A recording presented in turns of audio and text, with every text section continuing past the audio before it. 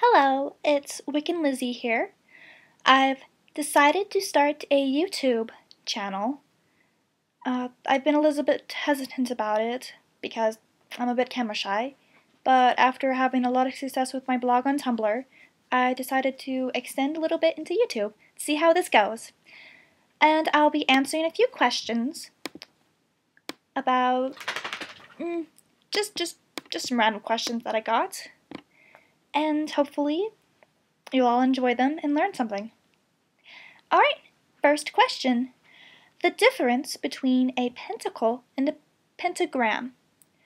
A lot of people don't know the difference sometimes, but yes, there is a difference. A pentacle is a pentagram inside of a circle. It can be made of wood, stone, metal, or clay, and it is a very powerful symbol of protection, and many Wiccans, among others, usually put it on their altar. Pentacles and pentagrams can take a material form or can be completely abstract.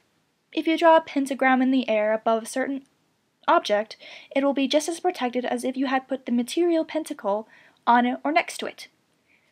Pentacles and pentagrams have always been associated with mystery, magic, and protection from evil. A pentagram is a five-pointed star.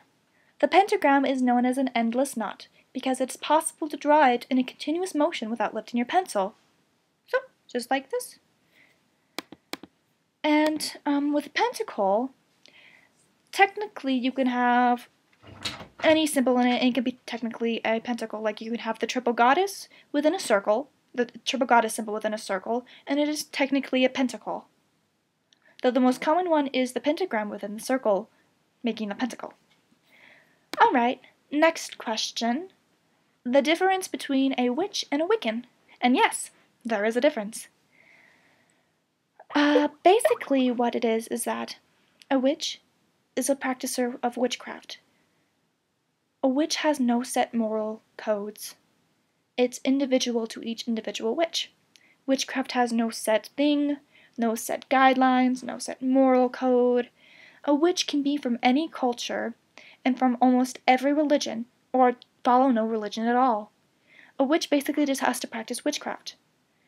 And witchcraft is more like a martial arts, an art form, a way of life.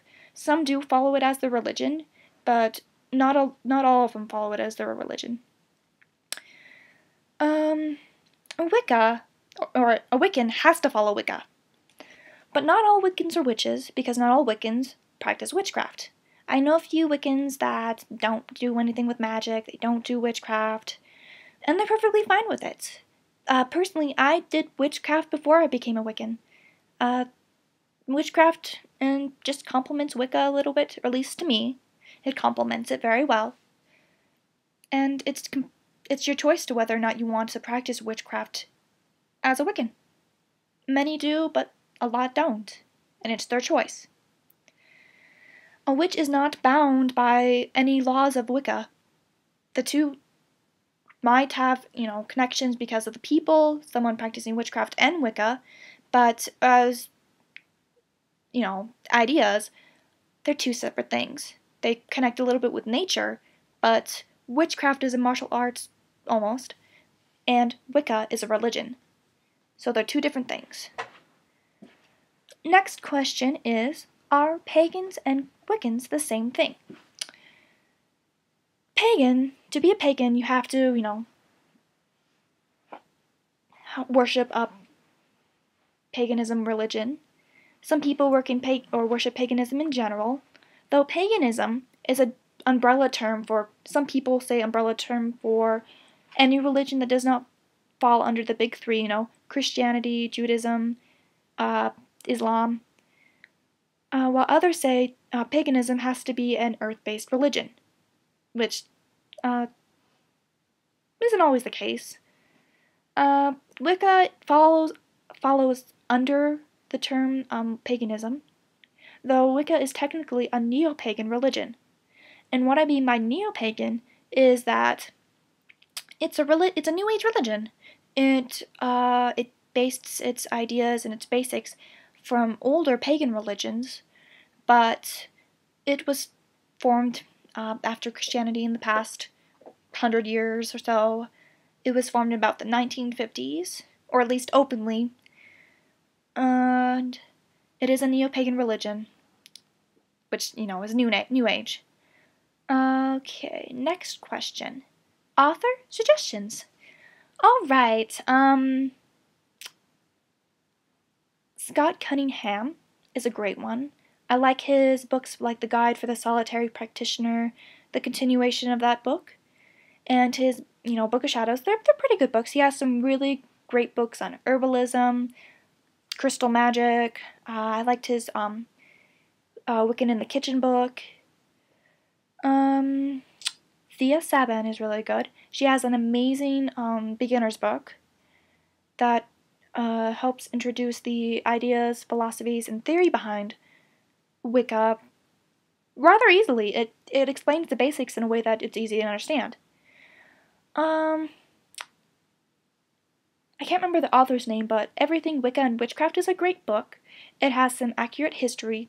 It tells it says the difference between a witch and a Wiccan. It has some really interesting things to it, and it's a good book. I can't remember the author though.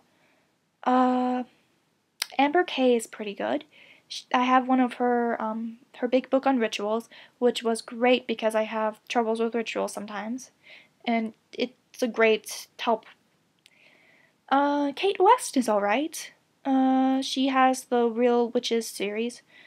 I haven't really read some of her other books, but I would suggest, like, if you really like gardening or cooking, to check out her Real Witches Garden or Real Witches Kitchen.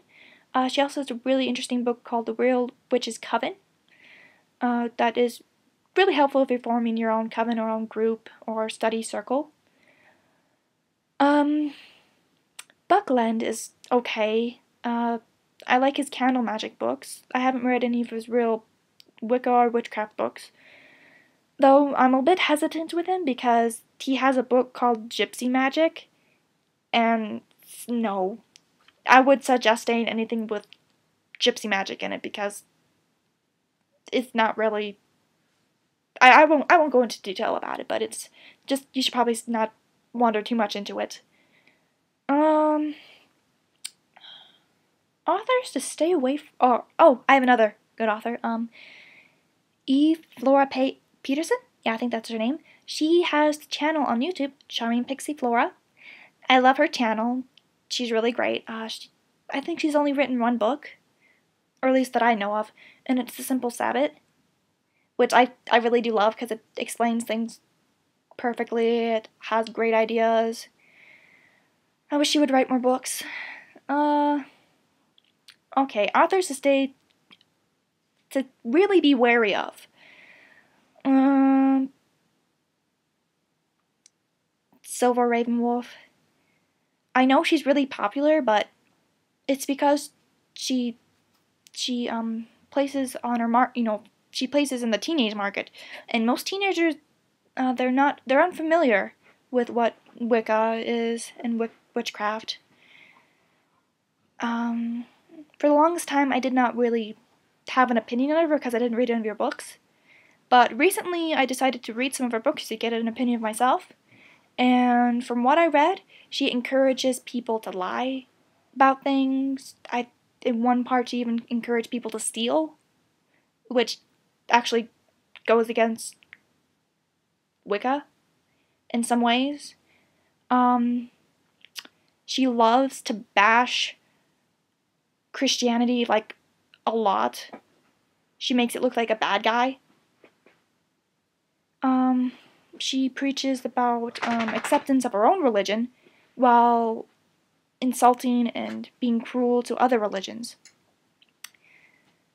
She's pretty inaccurate on her history, and when I read some of her stuff and was, wondered why I had to do something like this, what was the reasons behind it, I got the vibe that basically she just said, because I told you so, as a response to it. So it's definitely not a good beginner's book. The only book that I kind of liked of hers was the Solitary Witch book, and it was okay at best. I would definitely stay away from her books. They're not all that great. Another author to stay away from. What's her name? She is the author of the Green Witch book.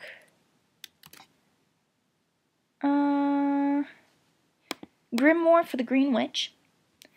I have read a little bit of it. What's her name? Anne Mora? Yeah, Anne Mora, author of the Grimoire for the Green Witch. I would stay away from her as well. She has about half of the religious backing as Silver Ravenwolf, but just as bad information, facts, and not good explanations behind things. She also does encourage a little bit of questionable behavior for teenagers to do. So I would stay away from her. Buckland? I would be kind of wary with him as well. I did say that he was an okay author, but I would just be wary of him with some of his books. And yeah, that's it. I'll if I have any more ideas for authors, I'll make a longer post on my comments, the author's comments. But at the moment, I can't think of any more. So if anyone has any more questions, feel free to leave me a message. I do enjoy answering questions, and I'll do my best to help you as much as I can. And I hope you all have a pleasant day. Blessed be!